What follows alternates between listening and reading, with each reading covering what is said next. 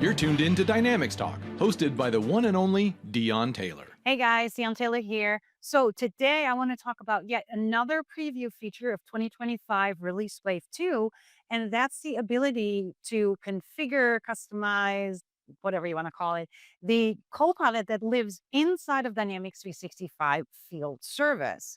We can do that by utilizing Copilot Studio, but before you try this, make sure that you have 2025 Release Wave 2, the early access installed in that environment. Otherwise, you're not going to be able to do that. So, what exactly I'm going to show you, I'm going to use an example that Microsoft actually published a Learn document on, and I'm going to talk about that in a bit.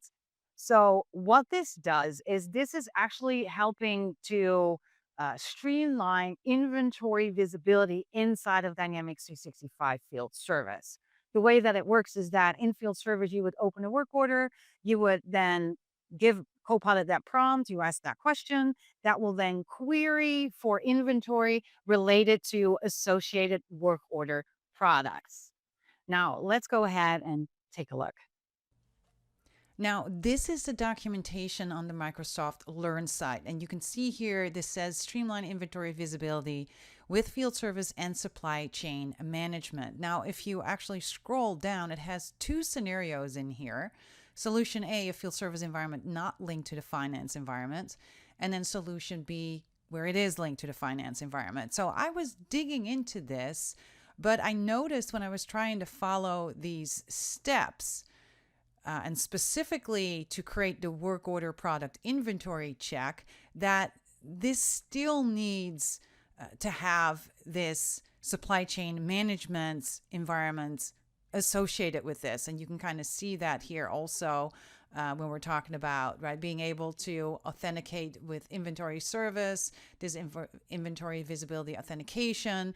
And then you can see the same thing here in this summarization of that response, right, where it's following the supply chain inventory data by grouping by org site, et cetera, et cetera. So you would still need to have this linked to a supply chain management environment. Now, I was thinking, what about if you're not using supply chain management or, right, FNSC with Dynamics 365 Field Service? What if you're using a different integration? Maybe you're integrating it with Business Central or another ERP system in the back end, right? Now, usually what we see with those integrations, if there's changes to the inventory, that's going to be synchronized back to field service. If you then from field service consume inventory, that's then also synchronized back to the ERP. So it's a two-way street, so to speak. So my thought process was, why would we not just look at the inventory inside of Dynamics 365 Field Service, right? To do that query in the back end, so to speak. So I'm going to show you exactly how you can do that within field service. But the first thing I'm going to do is I'm going to show you what that looks like inside of field service, inside of this agent, right, that lives inside of field service. So a couple of things I want to show you. First of all, I actually added this particular inventory info item here to inside of, right, that Copilot inside of Dynamics 365 Field Service. And when I do that, when I click on that, just like with the others here, if you click on that tile or whatever you want to call it, it will copy, right, whatever is below here, that particular sentence into my chat. Now, I have it configured because the way this works, right, is that when I have a work order open here on the screen, it's going to query for those work order products related to that work order and then give me back the results of which of those work order products we actually have, how many, what the quantity is of each of those work order products that we have or not have in inventory. So you can see if I'm trying to ask this question from a view, a list of work orders, it's going to tell me, well, you know what, you need to open a work order first so I know which one you're trying to inquire about. So let's open this one and then let's navigate to products and services so we can see which products that we're actually looking for. So we're looking for fan coil unit and this Q2125 circuit breaker as well. I can make this a little bit, right? And these are the lookups to those actual products in that product table. So let's try this again. I'm going to again say provide work order products inventory info. What it's going to do now is it's actually going to run that agent flow that I configured in the back end. And then, right, it's going to bring back these particular products and the inventory for each of those. So we can see here for the fan coil unit, we have a quantity of 6. And for the Q2125 circuit breaker, we have a quantity of 0. All right, so that's the functionality. Now let me show you exactly what I did to make this work. Now, the first thing I'm going to show you is how to add this particular tile to this screen, right, inside of the Copilot for Dynamics 365 field service. And you might understand that this is actually an adaptive card. So let me go ahead and show you exactly how I did that, how I got this to work. Now, this is a feature that is part of 2025 Release Wave 2. So you have to make sure that you have this update setting, this early release setting to installed, right? So that's what I ended up doing. And if you don't do that, then you will not have access to configure this yet. So now let's go into Copilot Studio. And you can get there by navigating to copilotstudio.microsoft.com. Then you're going to go to Agent. And the agent that I'm looking for is the Copilot in Power Apps - field service agent. So I'm just going to go ahead and search for that. And as you can see, here it is. And that's what we need to open. So let's do that. So the first thing that we need to do is we're going to go here to topics, and I'm going to look for the field service 0 prompts topic. So let's just go ahead. Field service 0 prompts. And this is it. If we now can get this screen to move, let's go ahead and do that. Now, this is a system topic, but unfortunately, if I actually click into this, you're going to see that we're not going to be able to customize this particular topic. So instead, what I'm going to do is I'm actually going to make a copy of this topic. So I'm going to go ahead and search for it again. And here's my field service 0 prompts. And from here, I can make a copy. And you can see here, it's also now called field service 0 prompt copy. Obviously, you can select, you can change the name. I'm just going to leave it like this. But if you wanted to change the name, you can do that as well. So I want to leave all of the other things that you saw earlier in that menu, all of those menu items. I want to leave them in there. I just want to add the menu item that you saw earlier, the inventory info. So I really don't have to do anything here with all these set text variables. So I'm just going to go ahead and scroll down, right? These are all the different things that we see inside of field service when we start, right? Inside of, on the top of that agents. Here we can see all of those. Then you can see some set variables. Those are the icons that you can see as well. I'm not going to touch those either. I'm actually just going to use something that's already there. But then we see option 1, right? Option 1 is that show me high priority work orders scheduled, option 2, and option 3. And then this actually creates, as you can see, that adaptive card. So what I'm going to do here is I can just go ahead and for example, just copy this guy, or I can just go ahead and add a node myself. Now, this is usually easier. So I'm going to click here on copy. I'm going to hit paste here. And as you can see, it now creates a copy of the previous one. So I'm going to change this variable. Instead of option 3, I'm going to create a new variable. Then I'm going to call option 4. So I'm going to hit create new variable. Just give it a second. And let's close this pane. And then I am going to call this option 4. And as you can see, this is a record type of variable. This is why I prefer copying and pasting, right? Then you can see here the PowerFX function here. So I'm going to go ahead and open that. So it says Spark type prompt text. The option group is topic, and then FS overview, prompt topic, show me details of the work order. So I'm going to change that a little bit. And what I'm going to do here, let me just make this a little bit larger so you can see exactly what I'm doing. I'm going to keep this Spark type prompt text. My option group is going to be called something else. So I'm just going to go ahead and remove this. My option group is going to be called, I call this inventory info, right? And I want to make sure that I do this as well. And then my prompt is going to be, let's just go ahead and remove this topic. So I'm just going to hard code this. Let's just go back here. My prompt is going to be, I'm going to do space, and I'm going to say provide work order products inventory info. And I'm going to go ahead and close that bracket, right? And you can see here, this looks good. We're just hard coding these things. And then I'm going to click insert. And that's really the only thing that you have to do here. Now, the hard part is now to update this adaptive card. You saw that earlier, right? That is the card that you see over here.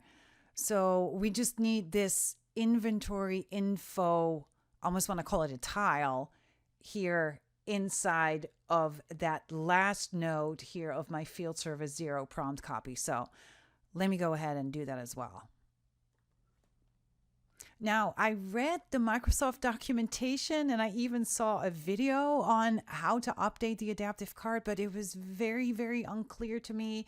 And after a lot of trying, I was actually able to get the correct, I don't even know what to call it, right? PowerFX code, whatever we want to call it.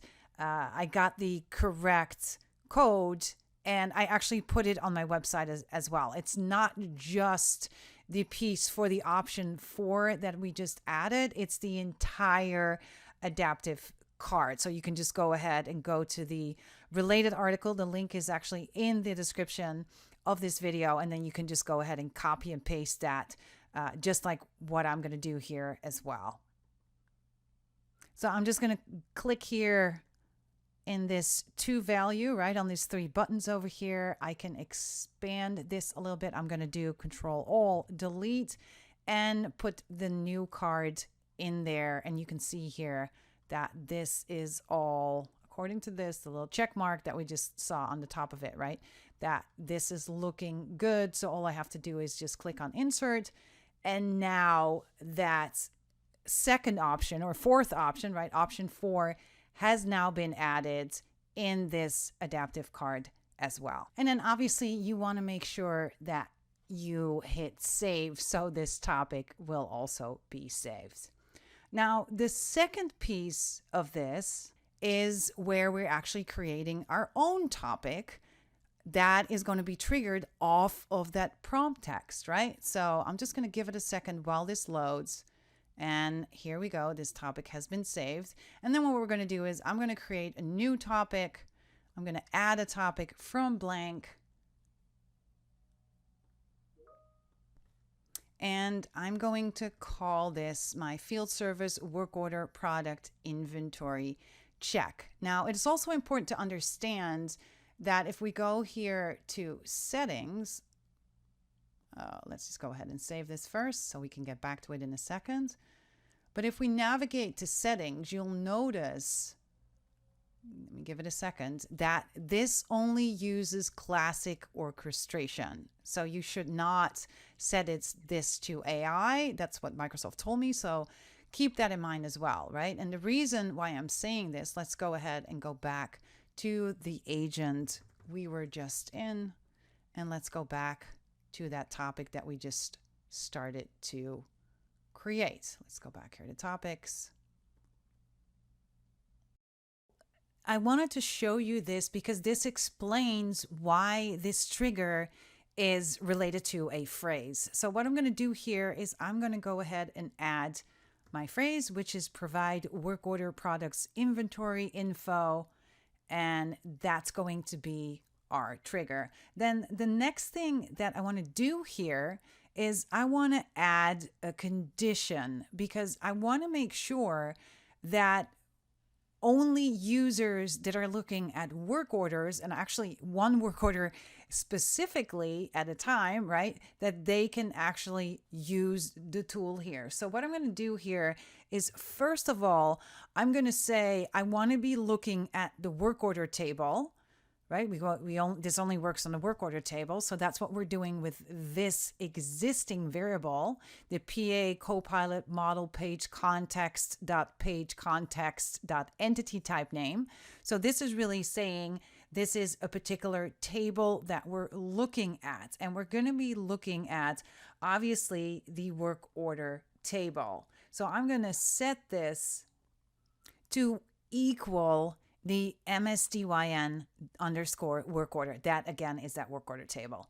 Now, again, what we're going to do is we're going to check this for one particular work order that we have open on the screen. So I'm going to do a new condition, and I'm going to set another variable here. And this is also going to be a variable that's already in the system. So I'm going to search here for this guy, this PA underscore Copilot model page context dot page type.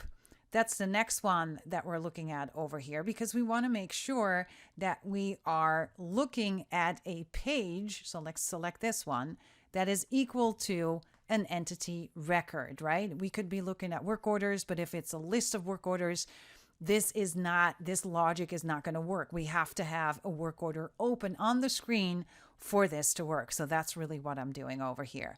Then if that is not the case, if I don't have a work order opened, maybe I have a list of work orders, maybe I'm looking at contacts or accounts, right? Then I'm going to say, hey, please go ahead and open a work order. So I'm just going to send that message here where I'm going to say, hey, please open that work order, just like you saw in that demonstration earlier. All right, now that we've done that, now we need to put in the actual logic. And we're going to do that by adding an agent flow. So I'm going to go ahead and click here on Add Node. I'm going to go ahead and say Add a tool, and I want to generate or create a new agent flow. So this is going to take me right to another page. So I'm going to say, don't leave for now. I'm going to save this first, because this is going to take you to this particular page right here. So let's go ahead and do this again. I'm going to say, we're going to do a tool, and I'm going to do a new agent flow. And as you can see, right, this takes you to the agent flow page right here. Okay, so you can see that since we just created another agent flow from within that topic, I'm going to have two steps already in here: when an agent calls the flow, and when we're responding to the agent from that agent flow. So the first thing I'm going to do is I'm going to actually add a text input, and this is going to be the work order unique ID, the GUID that we're passing from Dynamics 365 Field Service, from that conversation, right, that page that we're on, into this agent flow. Then the next thing that I'm going to do here is I'm going to do a list rows action. So let's just list rows. And obviously this is from Dataverse, because we want to compare all of the product inventory, but we only want to compare the product inventory with the work order products that are on that associated work order. So what I'm going to do is I'm going to look for, like we said, product inventory. Here we go. And then what I've actually done is I used the XRM toolbox to do a fetch XML query. And that's what I'm going to use here in my list rows action. Now, with that fetch XML query, I'm kind of taking a look at the product inventory table then also to the work order products table. And I'm using the product lookup on both tables to basically find those particular products. So I've already done that. So what I'm going to do here is I'm going to just copy and paste that over. And if you want to get that fetch XML, you can actually take a look at the article related to this video where you can just go in and copy and paste this exact fetch XML query as well. Now you can see here, right, that we're looking at the product inventory table. We're getting the quantity available column because we're going to use that a little bit later. Then this is how we're linking those products, right? We're looking at these tables. We're looking at the products table. This is a lookup field where we're linking both of them together.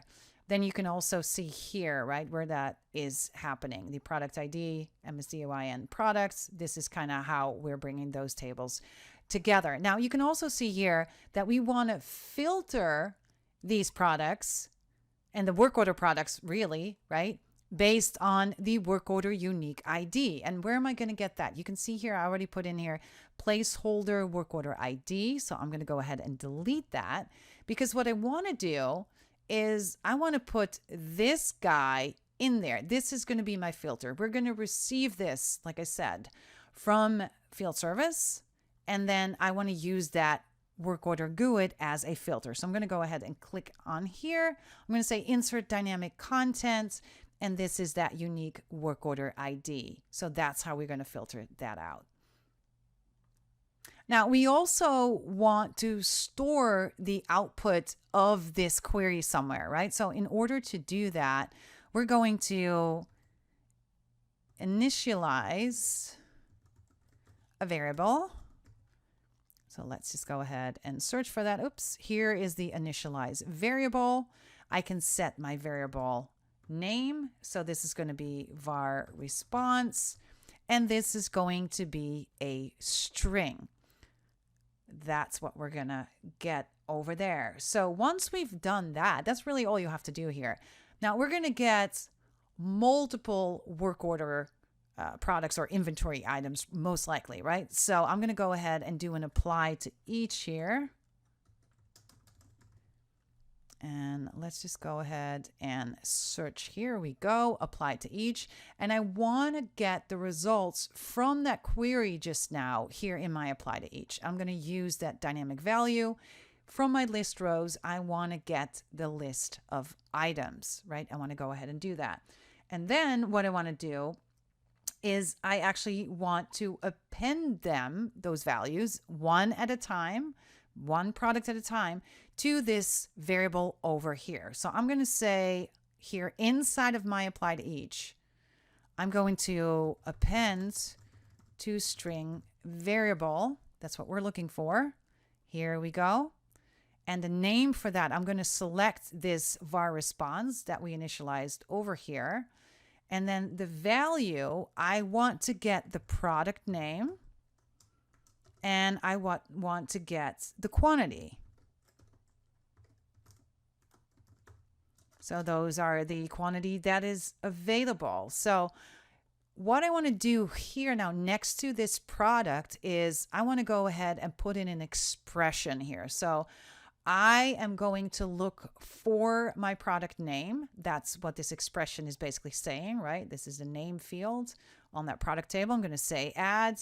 I'm going to do the same thing here for available. Now the available field is actually coming from, let's just go back here, from this product inventory table, right? This is that MSDYN underscore QTY available. So if we go back here on available, again, I want to do the same thing, an expression.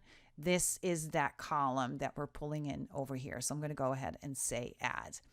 Now, I also wanted to mention, if I would just feed this back to the response to the agent, which I'm going to do right now, I'm first going to add an output here. So let's go ahead and do that. That's also going to be a text output, and that's going to be the results.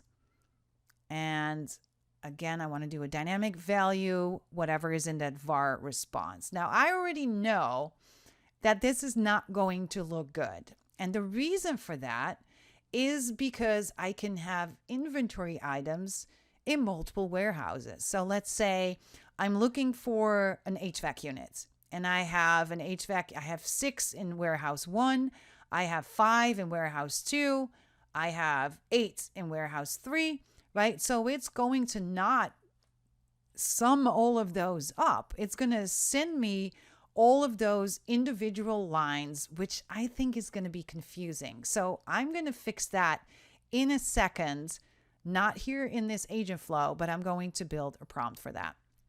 So we're going to go ahead and we can go ahead and save this as a draft, or we can just publish this. I'm going to actually publish this. And then once I've done that, we want to go ahead and update the name of the agent flow as well, because once this is saved, you'll see that in a second, you're going to see that the actual name of this agent flow, I'm going to say stay in the flow, stay in the flow. Yeah, go away. It wants me to go back to the agent. That's fine. Let's just go back here to the flow. But you can see here that this is called untitled. I don't like that. So let's just go ahead and just to make sure you saw what I did, I went to overview, I went to edit, and now I can change the name of that flow to whatever I want it to be. And we're calling this get work order products and inventory. So let's just give it a second while this saves. And then we can go back to our agents. So here we are back in the agent.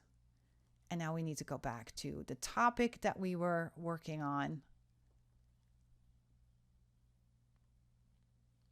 And I'm just going to search by last modified.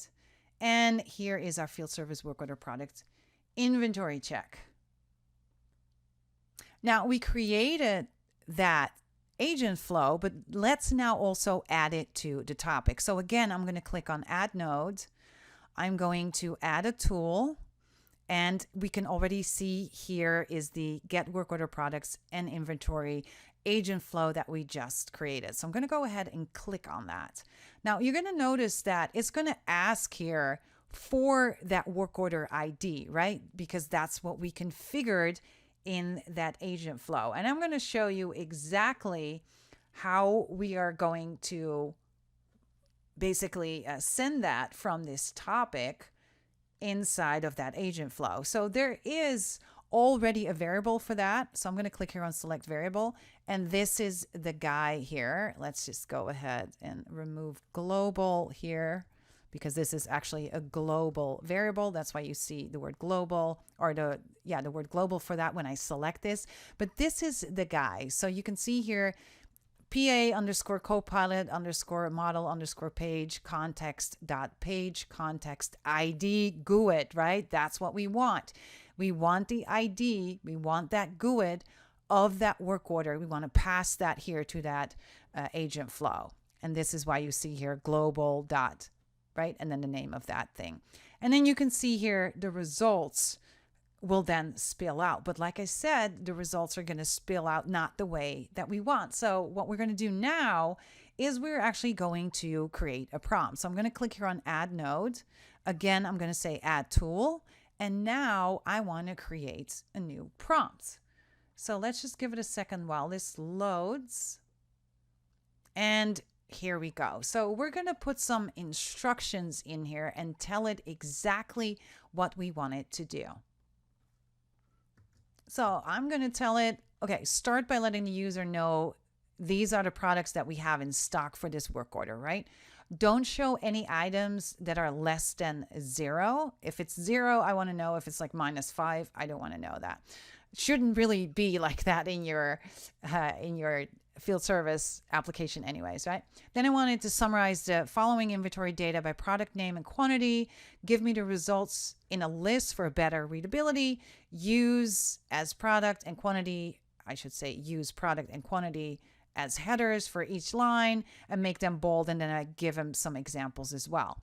Now I noticed that it started to put in an explanation on how it actually got those totals. I don't care about that. So I actually told it, do not add an explanation on how you got the totals.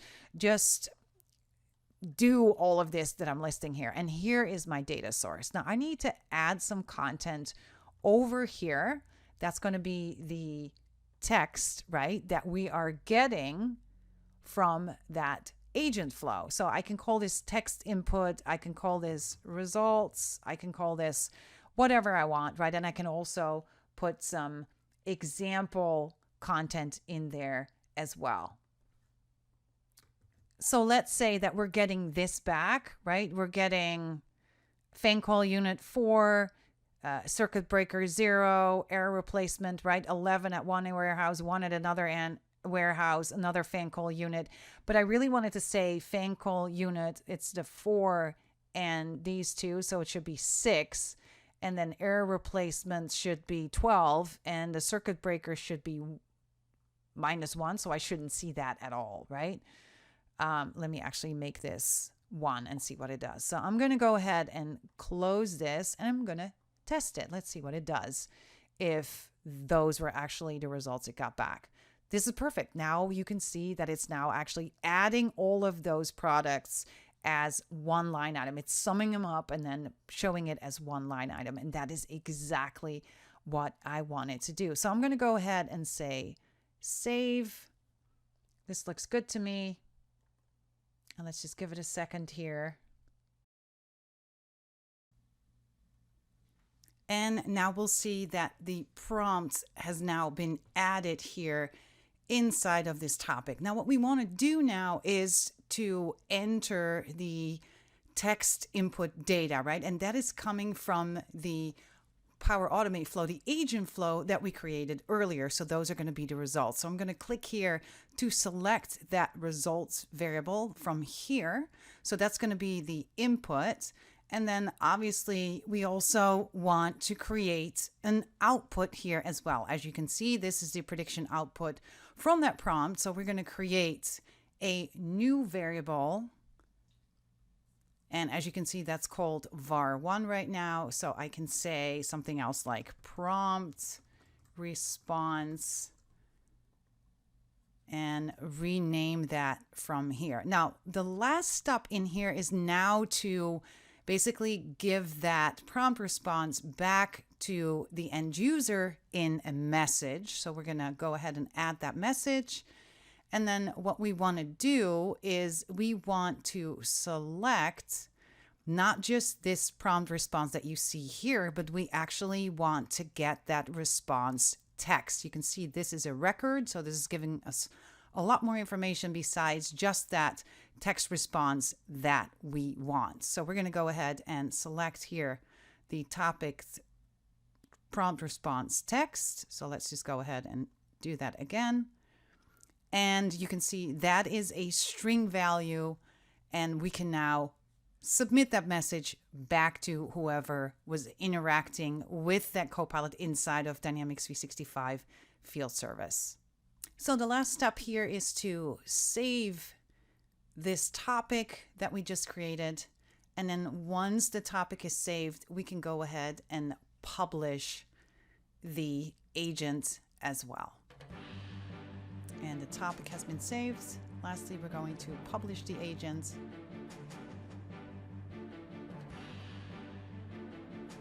And that is all you have to do. Now, I think this is going to make things so much easier for people that are utilizing Dynamics 365 Field Service, right? Not having to log into an ERP system, or if you're not using an ERP system, not having to go into Field Service, querying for those work order products, right? All those different things. This is going to make it so much easier for that.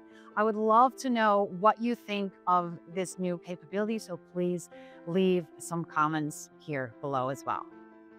Thanks for watching this video. I hope you enjoyed it, and if you did, don't forget to hit that like button. Also, don't forget to hit subscribe so you'll never miss another video again. Thanks for watching. Until next time.